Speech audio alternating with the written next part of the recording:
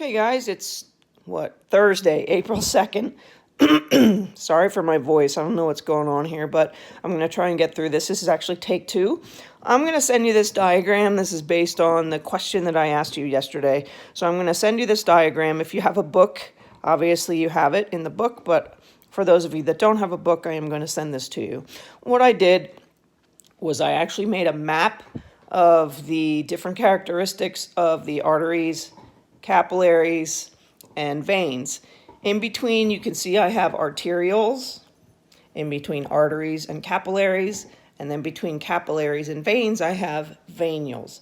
So again, as you look at this, I'm going to do this on the bottom here, and I normally in class would write these characteristics as we're talking about this diagram right here.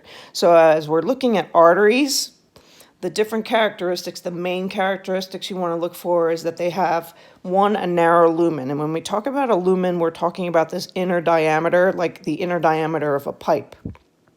The walls are also very, very thick, and these are thick walls because they are going to handle the high pressure of the blood that's going through them. Remember, arteries always carry blood away from the heart, and it's under high pressure, and that pressure comes from the heart beating. The blood then leaves the arteries and goes through these smaller things. So these things right here would be arterioles. And remember, this is just showing one arteriole here. There are millions of them. Going into the arterial capillary bed. And capillaries have the characteristics of being one cell wall thick, and that is because it's going to deliver nutrients. And that should be written here as well. So it's going to also deliver nutrients by allowing them to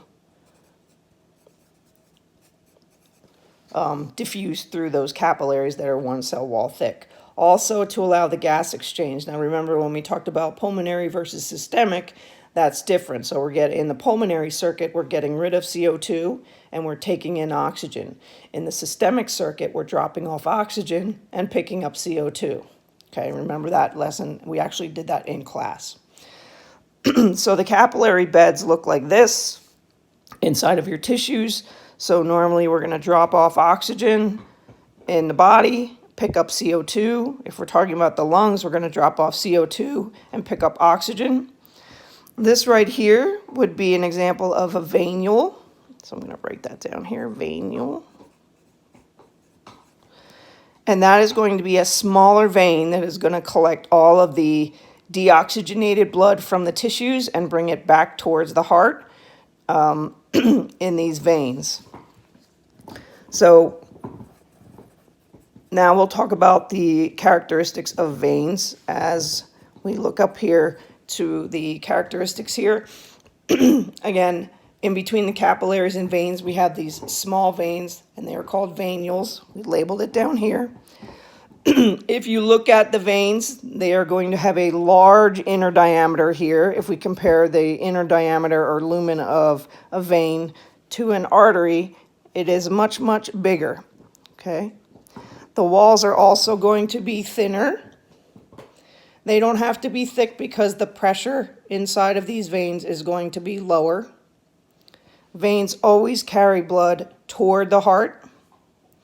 And the unique feature about veins is that they have these valves in them.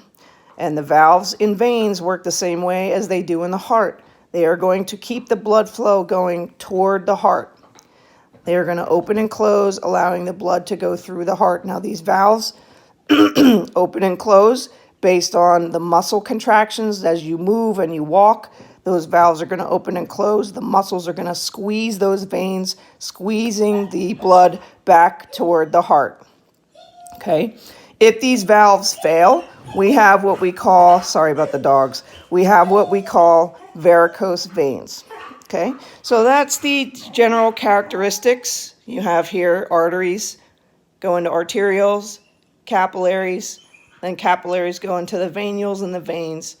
And if you have any questions, please let me know. I'm going to send you this video, and I'm also going to send you this diagram down here. You'll notice this is actually a cross-section of an artery and a vein. And you can see how thick these walls are in the artery and how thin these are in the vein. Okay? Have a good day, guys. I really do miss you. If you have any questions, give me a holler.